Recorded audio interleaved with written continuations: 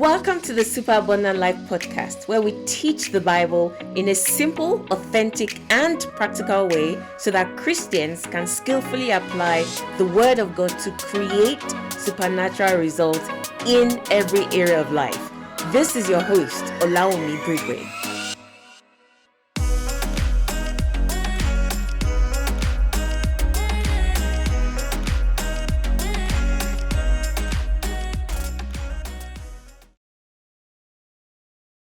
The new series that I started teaching from episode 68 is called You versus You, Overcoming the Habits Holding You Back from Your Biggest Successes. Where did I come about that? How did I come about that? Where did I get that from? Micah 7:6 says, a man's enemies are the members of his own house. It's not the village people, as we like to say. It's not some wicked somebody in chanting things. It says it is inside you. It is inside you. What does it mean? It's saying if you're serious, really serious about looking for the enemies of your dreams, stop looking outside. Stop pointing fingers. Stop saying it's the organization as the boss. It is right inside you. So that's what this series is about. And the next habits that I'm going to be talking about this week, episode 69, You versus You, is waiting to be rescued from the tower. Okay? Stay with me. This one is a very interesting one. So I want you to picture this. So there's a princess that is trapped in a tower by a wicked witch. So she waits. So the princess waits and waits, singing songs to occupy herself, talking to the birds, talking to the rats and which I don't understand, to be honest with you.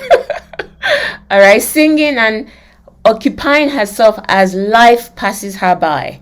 Then one day, the wicked witch shows up, and just as she's about to kill the princess, the charming, handsome prince swoops in and rescues her from the wicked witch. Now that's a lovely story. It's a beautiful story. And it's actually the rhetoric that we grew up with. That if you just sit in one place and wait long enough, or keep doing the same thing the same way long enough, what you want will eventually show up. And this belief actually starts early, from the storybooks we read as kids to the plot lines of movies, of TV shows, and so on that we have been exposed to. And it somehow sows this idea into our minds that if we go about our lives doing what is expected of us, working hard, for example, in that job, that someone somewhere will notice and they will grant us the promotion that we so desperately deserve and desire. That if you just sit on this business idea that you have long enough, one day someone somewhere will realize how beautiful it is. They've heard you talk about it. You just happen to be sitting at a coffee shop, talking to your friends about this business idea that you have. You've talked about it over and over again. It's now been 5 years that you've been talking about it, but you keep hoping that someday you're sitting in the coffee shop and there's a CEO sitting dressed in jeans and t-shirt behind you, minding his own business, sipping on his own coffee, and he overhears this idea and he runs over and he says, wow, that is such a beautiful idea. It is exactly what we have been looking for. And as a result of that, he extends you an opportunity to go from that point of having never done anything for 5 years to taking that opportunity and that idea global. So you go from being trapped in a tower to being crowned queen. Isn't that just nice? That would be lovely, wouldn't it? And that is why, actually, my best Disney princess is Mulan. Hands down. Mulan is in fact, she's the only one that I truly get into like that. And I love Disney movies. I love them. Okay. I love the princesses. But when we're talking about serious life stuff, I default to Mulan. Mulan didn't just sit at home twiddling her thumbs, hoping her father would not get killed in the war. And that would have been a very false hope indeed. Why? Her father was old and crippled, and they were sending him to war. Have you seen Mulan? Do you remember the horns? Can you see the big guy? I can't remember his name now. That guy was massive. They were big and massive, and they were sending an old crippled guy to go and fight people like that. He wouldn't have lasted a day. False hope. She just sits at home and saying, oh, I just hope my father would, I hope my father would be okay. Oh, I just hope somebody would just come and say, no, you don't have to go to war because you're crippled. They saw the man was crippled when he was going to go and receive the conscription to say you have to go to war. They saw him limping. They didn't say, no, you don't have to go to war. They gave him the thing and said, oh yeah, come to war. So it was false hope for Mulan to have, just sat there thinking maybe something would happen. No, she did something about it herself. She took great risk and stepped out. And the truth of the matter is, with great risk comes great reward. We all know, if you have seen Mulan, you know how she was super abundantly rewarded. If you haven't seen it, go and see Mulan. It's a beautiful movie. Like Mulan, this is what I've come to tell you today. You have to come to a point where you accept that reaching your goals is dependent on you and your actions, not anyone else's. If you're not where you want to be, stop waiting for life to somehow make it better. Stop waiting for a rescuer to come and remove you from that situation. Do something to change it. Stop waiting for your husband to change first and then the marriage would be beautiful. Let the change start with you. Become the change maker. The truth is, you are holding on to that idea and you're thinking somebody somewhere is going to help you make it happen. But the truth of the matter is, no matter how much people love you and want to support you, there's only so much they can do. There's only so much they can do to help you. By nature, human beings are typically inward looking. The typical human being is inward facing. We sort of focus on the things that pertain to us. We have to be trained, and God has to say, give, sow into somebody else's life before we even answer.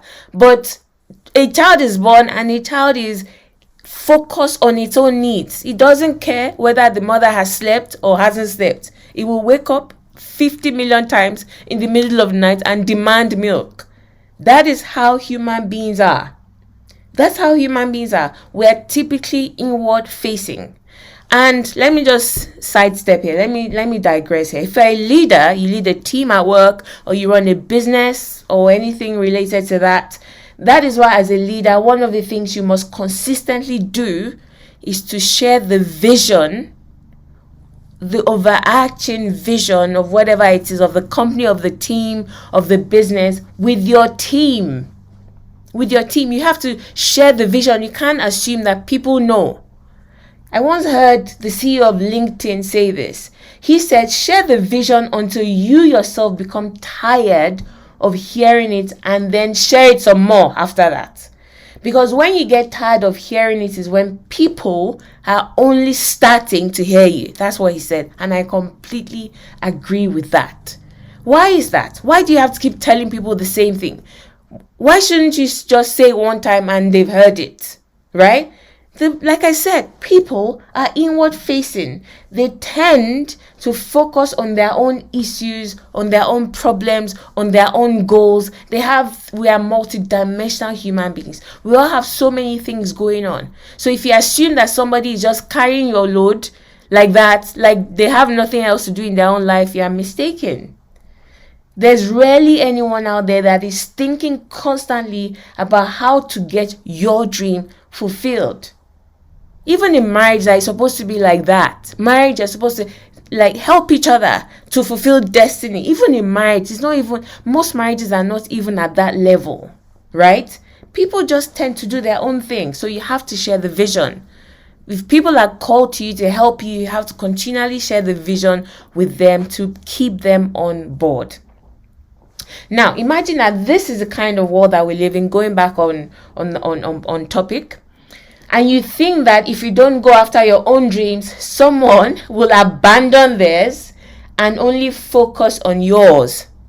It's a very slim chance. It's a very 0.00001%. The Bible teaches us that we should be faithful in the thing of another man. It doesn't say to take over the thing of another man and do it for him. Do you understand? To be faithful in the thing of another man, it means to be a helper, to be a helpmeet. So this man has this thing that you're doing. God sent you there. You work in a company, and then you go and you put your hand to the plow alongside them to help make it happen. But if the person leaves it and goes up partying somewhere and leaves you to it, that's not what God is asking us to do. He says, be faithful. He created Eve to be Adam's helpmeet or helper. Helpmeet is actually not a word. King James said help meet for him, meaning help that is good for him or something. So we say it together like help meet. It's not a word. It says help that is Old English, that is meat for him. You understand? But what am I saying? We are told to be faithful in the thing of another man, not to completely take over the thing of another man. Meaning you cannot expect you yourself that owns the vision, the dream, to sit down and then other people will come and rescue you and do it for you. Life just doesn't work like that. The only person that cares enough about your promotion is you. It's not even your boss. Your boss cares about his promotion. And that's the truth. He's thinking, how am I going to move this department forward so that I can be promoted? Right? And as long as you're doing what you're supposed to be doing, your boss is happy, but he's only thinking about his own promotion. Enough of this, I'm working hard, and then because I'm getting results, they're just going to come and promote me. Right? You may have a wonderful support structure of people who love you genuinely, but they can only do so much if you do not, first of all, take the lead. You have to learn to take the lead. You cannot keep waiting to be rescued. That someone's going to swoop in and they're just going to make everything right. We have to step out. We need to move forward. I want to read you a story from this book that I read. It's an excellent book. It's called How Women Rise. If you haven't read it, I highly recommend that you go and read that book. So I just want to read you a story that illustrates what I'm talking about here. It says that Maureen is a senior partner in a premier San Francisco law firm. Despite her stellar early performance, she made partner later than a number of the men who joined the firm the same year she did. This made her feel so undervalued that at the start of her 5th year as an associate, she decided the firm wasn't a good fit for her. When a client approached her about a position in his company's general counsel's office, she met with him several times.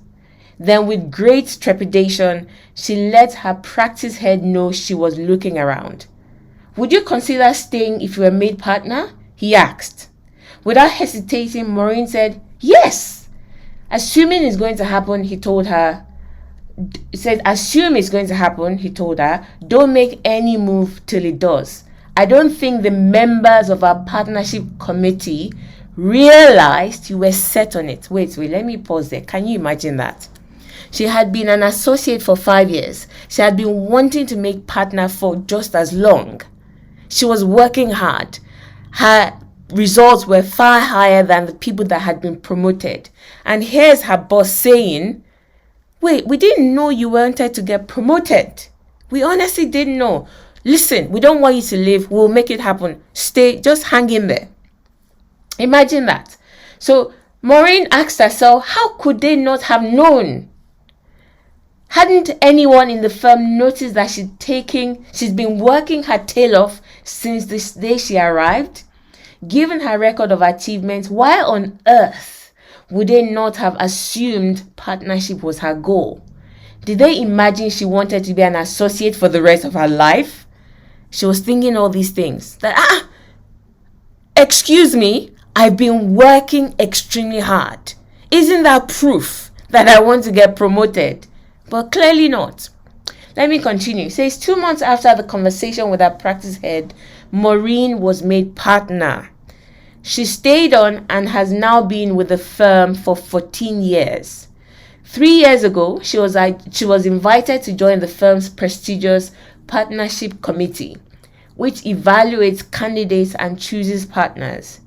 Seeing how this process actually works and how other members of the committee think, she finally understood why it had taken her so long to be promoted. Now, she's going to explain what she learned from there. She says, at my first meeting, we gathered around a conference table to consider 2 successful associates, a woman and a man. Both had entered the firm the same year and both had made their mark in corporate litigation. The head of our litigation practice had glowing things to say about both of them. But in the course of our discussion, he mentioned that the man seemed to want it more. He warned that the firm would lose him if he weren't promoted that year. Now, Maureen knew the female associate and had a high opinion of her.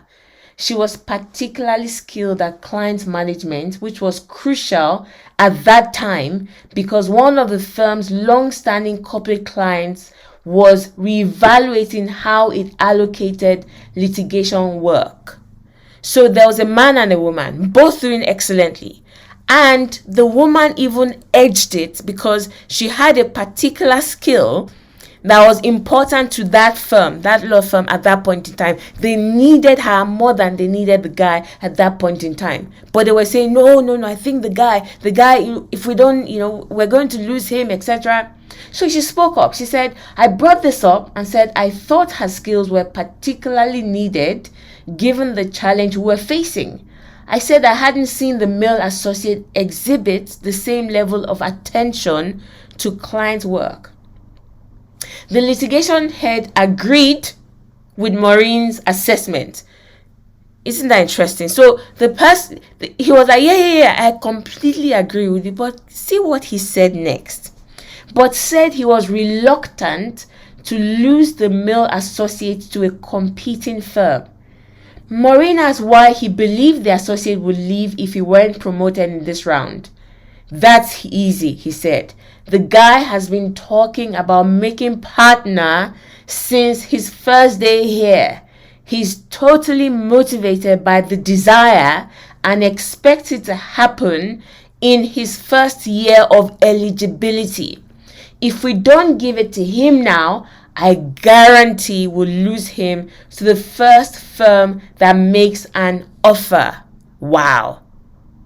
The only reason he knew was because the guy from the first day had been talking about it. The Bible says it is God that looks on the heart. Men look by external appearances. If you are not speaking, do you understand? A man cannot read your heart unless God reveals it to them. So all this keeping quiet and saying they will notice, No. He said he's been saying it from the first day. That's how I know. Let me continue reading. Right?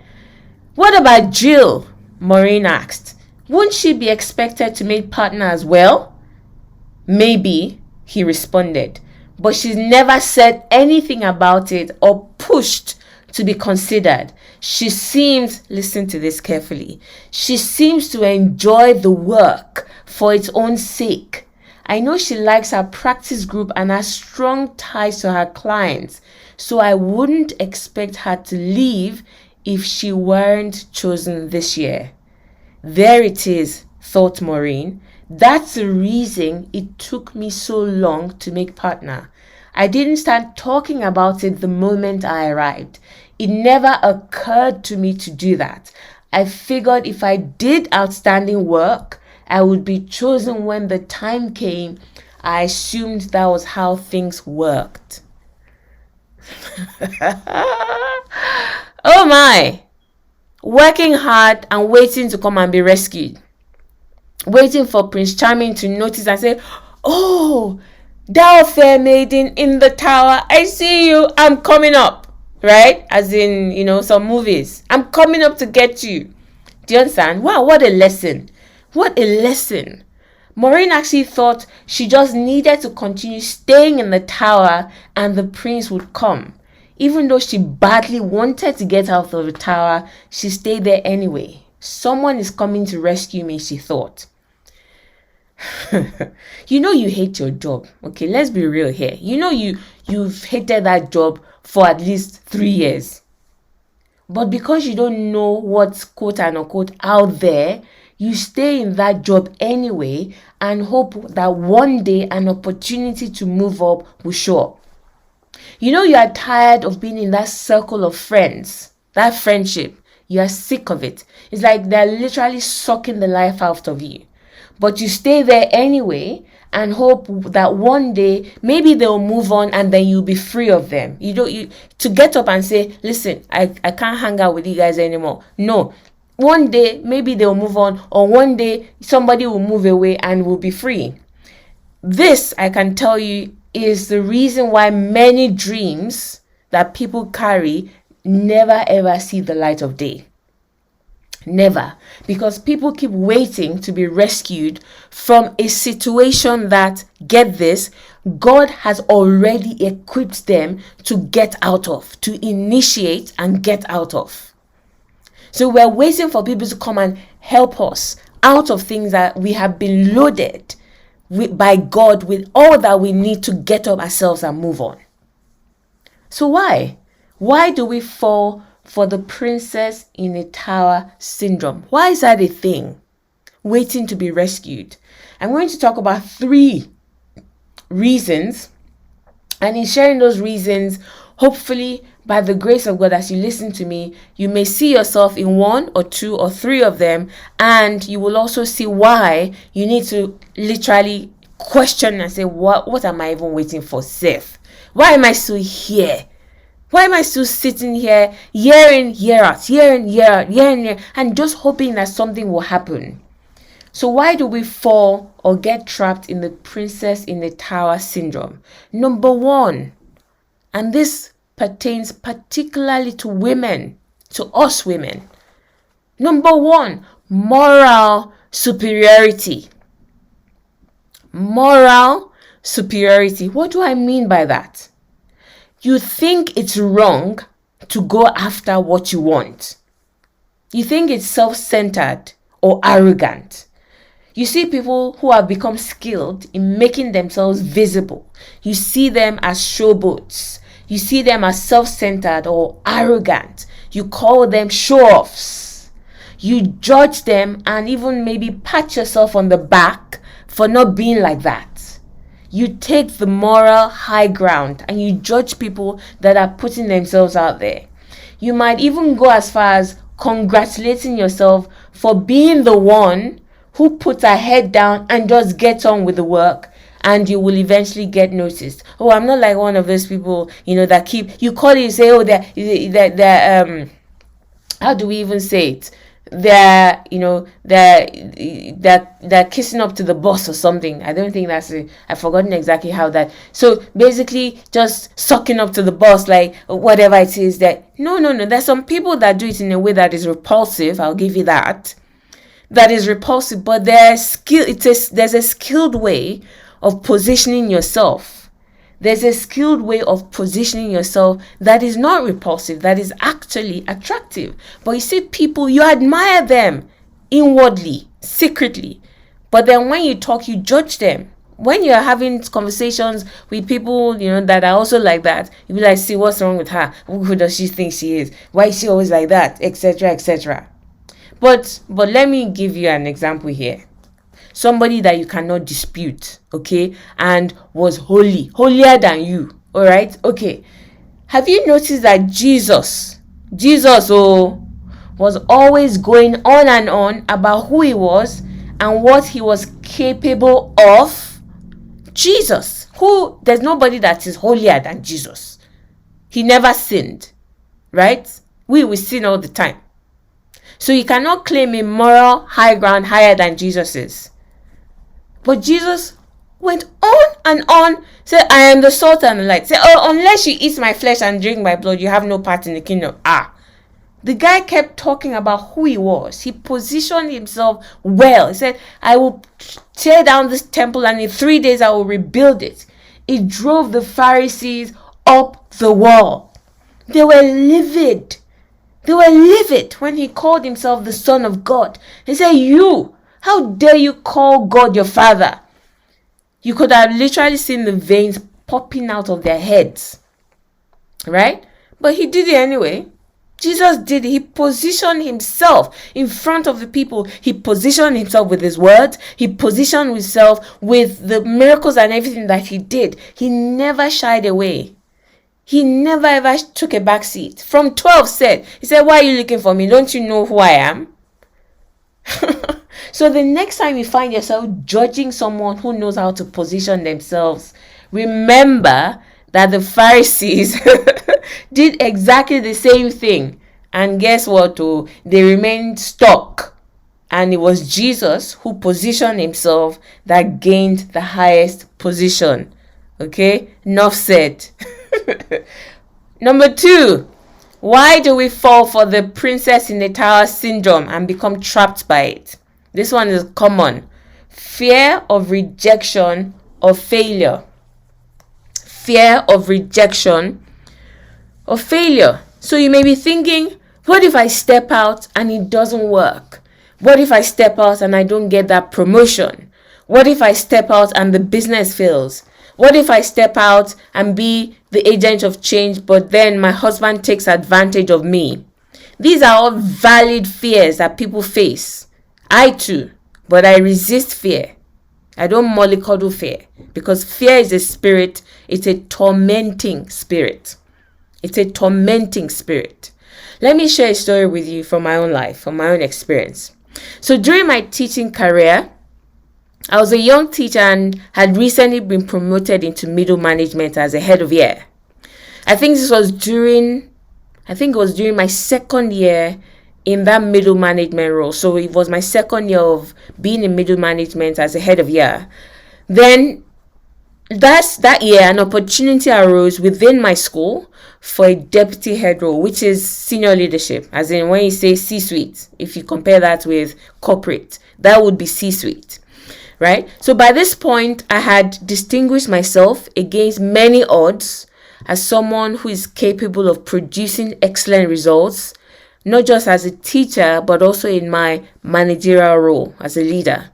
But that job, that deputy head role, even though I was head of year and I was doing well, what I'm trying to say is that job would have still been a massive jump. It wasn't like the next step up. No, it wasn't.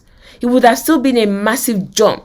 It's like going from, let's say, head of department in a firm, corporate organization, you jump past all the director, managing director, vice president level, and you go straight to CEO or COO, something like that, right? But guess what? Even though I knew all this, that this job was way out of my league, I applied anyway. Because I resist fear. I don't entertain fear. I applied anyway and I have no shame. And that's the truth. In fact, I embrace shame because the foundation of my life is God said, for your shame, I will give you double. So, in fact, I look for opportunities for people to ridicule me, to make me feel ashamed, to point fingers and say, look at you. I welcome it because I know, I'm like, well, praise God. Another opportunity for God to come and promote me doubly. That's how I see it. So I have no shame, right? So I applied because I didn't care whether I got it or not. It was more important to me that the leadership team knew where I was heading. It was important to me for them to know I didn't come and park here in this middle management role, because I looked around me and it was something that was common in the teaching profession. Someone finds a school that is good, that is excellent, the kids are well behaved, and they would stay there teaching in that school for literally all of their career. In fact, that was why I left my first school. My first school was a highly successful boys grammar school, as in they were getting, probably almost 99 point something percent results. Most A's flying. For a child to get a B, the child he was something else. Highly successful school. The kids were driven, most of them. All right, driven. Behavior was good, etc. And I looked around. This was my very first year as a newly qualified teacher. I looked around and almost everybody there was old. So they had, because it was a grade school, they had literally just parked there. There were those that had been there for 20 years, 25 years, 30 years. Someone had even been there for 35 years and was about to retire. So I looked around and I said, hey, me, how am I supposed to progress here? All the roles, leadership roles, managerial roles were filled with people that have been there for 5, 10, 15, 20 years. And they don't look like they're going anywhere. So I'm like, I'll come and park here. I will just start dying a slow death from the inside. I'm that kind of person. I'm that kind of stagnation is just not my thing at all.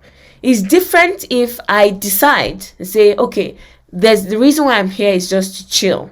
Do you understand?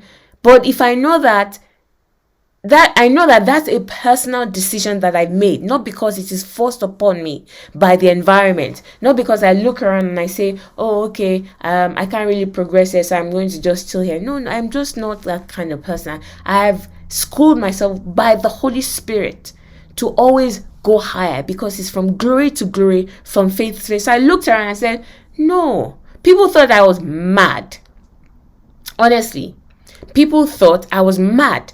The people in the organization said, you're doing so well, why are you leaving? My friends that I had said, what? Everybody's trying to get into that school. You're leaving. You're going to an inner city school. But I said, yes, I'm going to the inner city school because I see the inner city school and I see that there's mobility, there's upward mobility.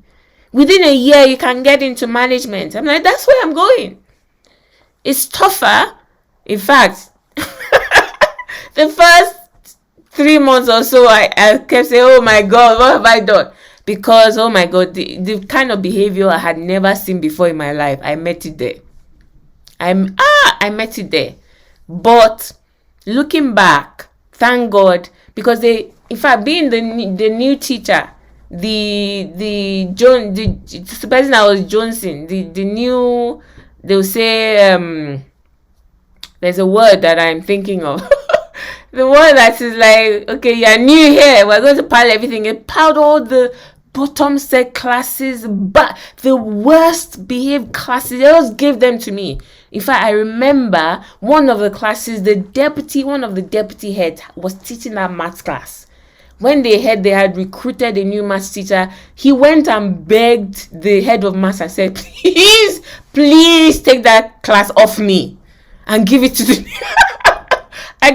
new teacher, which was me. So they gave me, oh my God, that class almost killed me. As in, they gave me, a deputy head struggled with that class. But they gave me that class. But what did I do? I engaged my God factor. Literally, I was like, you won't kill me. You will not kill me. So I reported them to God.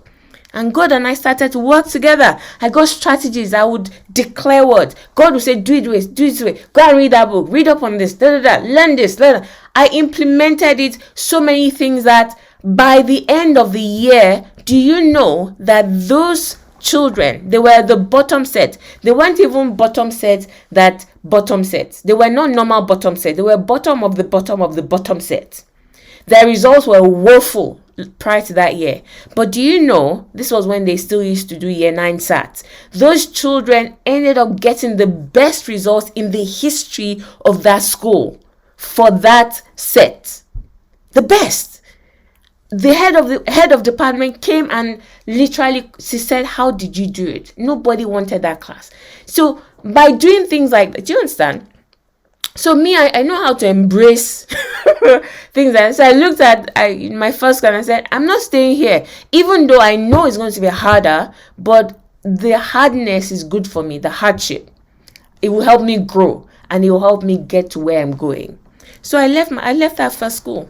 And that's exactly how I am. Right? So I applied for that job anyway. I didn't care. It wasn't about getting it or not getting it. I knew that my chances were kind of slim, but I went anyway because I wanted to make a statement. I wanted them to know that I didn't come here to park as middle manager or head of year. Senior leadership is where I'm going. So I was making a statement like we just heard about Maureen. Maureen never said anything. She just expected people to notice that she was good and then reward her. No, I applied. And do you now know what happened? The head now called me into his office for an informal chat after I applied. He wanted, now listen to this, he wanted to explain to me personally why they were not moving forward with my application. So I obviously didn't get it because, like I said, I wasn't prepared. I didn't have the experience to be able to operate at that level. Senior leadership is a whole school, whole organization kind of thing, right? So he called me into a meeting. He scheduled a meeting and he called me in and he sat down and he didn't just that you apply and you don't hear anything after a while. You say, okay, I didn't get shortlisted. No, before they announced the people that were shortlisted, he called me and he explained it to me. He acknowledged that the work I was doing was excellent and said the only reason I wasn't shortlisted was because I needed more experience at that level. Now, someone would look at that and say, hey, you failed. They didn't pick you. Should you not be embarrassed or sad? Absolutely not. For me, that was a very positive experience. I'll tell you why. Because my application got the head to acknowledge how valuable I was, right? He called me, he had a personal meeting, things like that don't happen. And he also registered, the second and very important reason is, it registered in his mind that this girl ain't here to play. He made him know that, she wants senior leadership and she's so good that if we don't do something, we will lose her. He understood that. She wants to rise. She's not, she has a child. She's a single mother at the time, but he wasn't thinking, maybe he was before I applied, before we had that conversation. He may have been thinking, she's a single mother. Maybe she wouldn't really have the time or whatever to be able to do a senior leadership role. He was probably thinking that. But once I applied and we had that conversation, he was like, I know that this is what she wants. And if we don't give it to her, at some point she will carry her load and she will go somewhere else. I will offer it to her. And sure enough, this is what came out of him now knowing what I wanted. A few weeks after that meeting that he called me to, he called me into his office for another meeting and then offered me a voluntary role. So not paid this time. I was still a middle manager. I was still head of year, but he gave me a whole school role that would get me the experience that I needed at senior leadership level. So that the next time I applied, I would have ticked all the boxes. Now that for me was superb. It was absolutely awesome, right? I didn't get the job, so quote and unquote, I failed, but a door opened as a result of stepping out and not waiting in the tower until they recognized that I was good. All right? If I had been too timid or too protective of my own ego or reputation, meaning you don't want to feel any kind of shame, I would never have had that opportunity. That role was eventually what led me to taking on the senior leadership role, right? The third reason why we end up in this princess in the tower syndrome is the lack of confidence in your ability. In short, what do I mean by that? You don't think you have the capacity to do the job or to start the business or to be the agent of change in your marriage. You don't think you have what it takes to step out, basically. So it's like a princess trapped in a tower and thinking, I need a prince to come and save me. I don't even know how to step out. I need a prince with a shiny sword to come and save me, right? You sit there and you wait for someone more intelligent or stronger or more charming to come and make it happen for you. Now, my second favorite Disney princess is Rapunzel from Tangled. You know the movie Tangled? Have you watched it? It's a great movie. I love it. Now, she's second to Mulan because Mulan did not even wait for anybody. She stepped out. Rapunzel still waited a bit. Now, her own waiting was for a particular reason, because all her life she had been told by a woman she believed to be her mother that she did not have the capacity or what it takes to face the world. So you must stay, the woman had told her, you have to stay hidden away because there are monsters out there that are going to eat you alive, right? Let me tell you, that mother, they got it right, because that plot is straight out of Satan's playbook. That's what Satan does. He will tell you, no, don't step out there. You don't have what it takes. If you step out, they'll eat your lunch and pop the bag.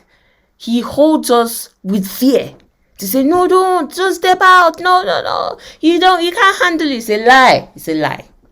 But there was something inside Rapunzel that rebelled against his idea. She felt she was strong enough. She felt she was intelligent enough to go after her dream. So when the opportunity presented itself, Flynn Rider, whom I love, go and watch the movie, right? The inner turmoil for Rapunzel began. There was actually even a scene where she was like, oh, I'm so excited to go. And then you see her again saying, oh, no, I can't go. No, there are monsters out there. So they were playing back and forth. It was a representation of her inner turmoil. She could hear her mother's voice saying, you can't do it. All right, there are monsters out there. Don't go. But then her own voice would speak up, and then that voice eventually drowned out the voice of her mother, and she took that giant step towards her dream. And she achieved her dream, and she got far more. In fact, she got what would not have been ever possible if she had stayed in that tower. I'm going to finish off today with a story of a real life amazing princess from the Bible. In fact, if God had written a Disney movie, this is how it would have played out. And the story is the story of Ruth from Ruth chapter 3. He says that one day Naomi said to Ruth, my daughter, it's time that I found a permanent home for you so that you will be provided for. Boaz is a close relative of ours. He's very kind. He's been very kind by letting you gather grain with his young women. Now, so Naomi identified that, listen, this tower, we're waiting for somebody to come and help us. We have to do something. So she said to Ruth, tonight he will be winnowing barley at the threshing floor. Do as I tell you, take a bath, put on perfume, dress in your nicest clothes, then go to the threshing floor. But don't let Boaz see you until he has finished eating and drinking. Be sure to notice where he lies down. Then go and uncover his feet and lie down there. He will tell you what to do. So this was a custom at that time. Now I can feel some of you rolling your eyes here like, me care. Go after a man. Lie, like ew. The Prince Charming has to come and chase me. Sorry, but the thing is, at that time, it was the culture. She could do that. It was perfectly acceptable to do that. All right. But this is what I'm saying. As Naomi was telling this to Ruth, it wasn't like Ruth was jumping for joy, like, yay, Boaz, let's go. It must have been scary. What if Boaz had laughed her to scorn? What if he had literally woken everybody up and said, hey, and ridiculed her and said, see, come and see this Moabite heathen who wants a rich husband. Ha, ha, ha, ha, ha. What if he'd done that? What if he had rejected her and said, how dare you? You're not even Jewish. I should do what? Marry you. Do you understand? But what did Ruth say? She didn't say, oh, there are monsters outside the tower. Let me just stay here. Naomi, I'm happy collecting grain from the back of the field. Let's just stay here like this. And maybe something will come. If Boaz likes me, let him come and say it himself. But no, she said, I will do everything you say. Then Ruth came quietly, uncovered Boaz's feet and lay down. Around midnight, Boaz suddenly woke up and turned over. He was surprised to find a woman lying at his feet. "Who are you?" he asked. "I am your servant Ruth," she replied. "Spread the corner of your covering over me, for you are my family redeemer." "The Lord bless you, my daughter," Boaz exclaimed.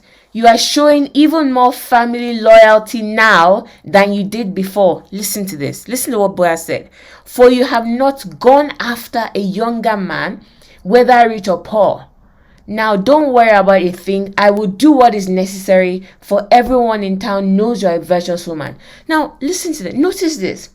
Boaz had been seeing Ruth around. He had even asked around about her, but he didn't make a move until Ruth did. Why? Because he didn't even know he didn't know what Ruth wanted until she spoke up. Did you notice what he said? "You have not gone after a younger man." Meaning Boaz may have even been checking out Ruth, that I like this chick, she's fine, I like her. But in his mind, it's like, see me, old man, see this young, nice, beautiful, no. In his own mind, it's like, no, she doesn't want it. She doesn't want it. Did you hear what Maureen said? Maureen said they were saying, no, she doesn't, that young associate, she doesn't really want it. She doesn't want the promotion. She's happy just where she is. So he thought he was too old for her, and she would never have considered him. Imagine that. Meanwhile, Ruth could have waited forever, thinking, Boaz, come now. Oh, Boaz, I'm waiting for you. Boaz, I love you. Meanwhile, Boaz is thinking, I'm too old though. I better carry my face. Do you understand? Imagine that. This princess called Ruth, with the help of a mentor, stepped out and she took what was hers. If she had been waiting for Boaz to notice her and do something, she would have waited forever. Forever. And maybe eventually she may have married somebody, but she would have missed out in being in the lineage of Jesus. She's named as part of the lineage of Jesus. She would have missed that great inheritance if she hadn't stepped out, if she had just sat there waiting. She would have waited and then Boaz would have died. He was an old man. Now, what am I saying to you today? I'm saying you are Ruth. And Boaz represents whatever dream you are carrying in your heart. It doesn't matter what the dream is. A promotion, a job that you find fulfilling, a house, your children's education, whatever it might be, Boaz represents that dream. Stop waiting for it to come to you. You need to go out and get it. That's what I've come to tell you today, and I'll be back next week. Thanks. Bye.